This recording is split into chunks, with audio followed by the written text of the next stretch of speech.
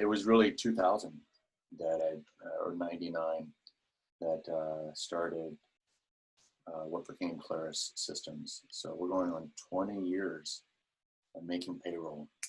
Never missed a payroll. I've had to personally cover a couple, but yeah.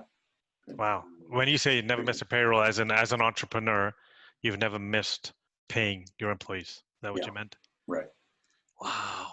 That's pretty cool. That's pretty cool. Yeah. Okay, so Clarus was your first entrepreneurial venture, is it? Back in real one where we got venture funding and all that kind of stuff. Yeah. Yeah. What year was this? 99. 99. 2000. Yeah. Okay. Yeah. So Clarus is used. I guess it's still used some, but it's basically used in the building and operations of distributed IP-based phone and video networks. So yeah. So we knew from a prior job that the world was shifting onto IP and that there would be a need for software to kind of manage this end to end. And yeah, that was a huge learning experience, as you might imagine. I ended up, we sold it to Riverbed. But yeah, great experience. Wow. I didn't realize you sold that to Riverbed. So that was actually news to me.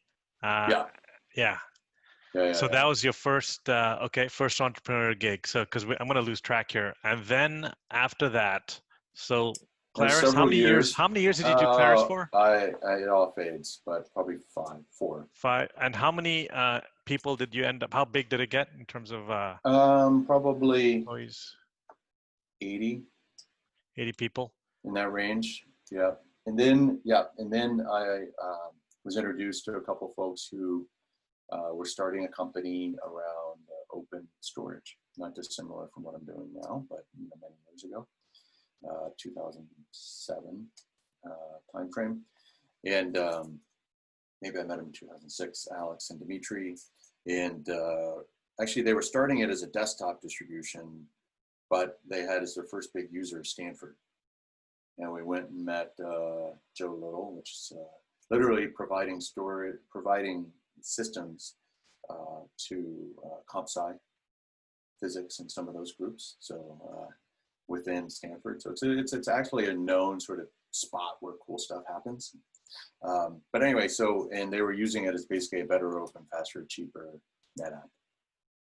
So that got me really interested, and we decided, hey, let's do that at big scale in an open source way. And that ended up being thousands of customers, hundreds of millions in terms of pull through to partners, total ticket sales per year, and a great ride. Yeah, and then I left, as it turns out, at the apogee of that company, totally burned out, more mistakes made. I can talk about a number of them. And then found another Dimitri, or he found me. And I think you know Dimitri, but Dimitri Zamin is a really upstanding, super high character engineering leader who was coming out of VMware at the time, running a big chunk of vSphere development and refactoring. And we started StackStorm. And it was basically this notion that, workflow would matter in the DevOps world, and event-driven automation tied into workflow.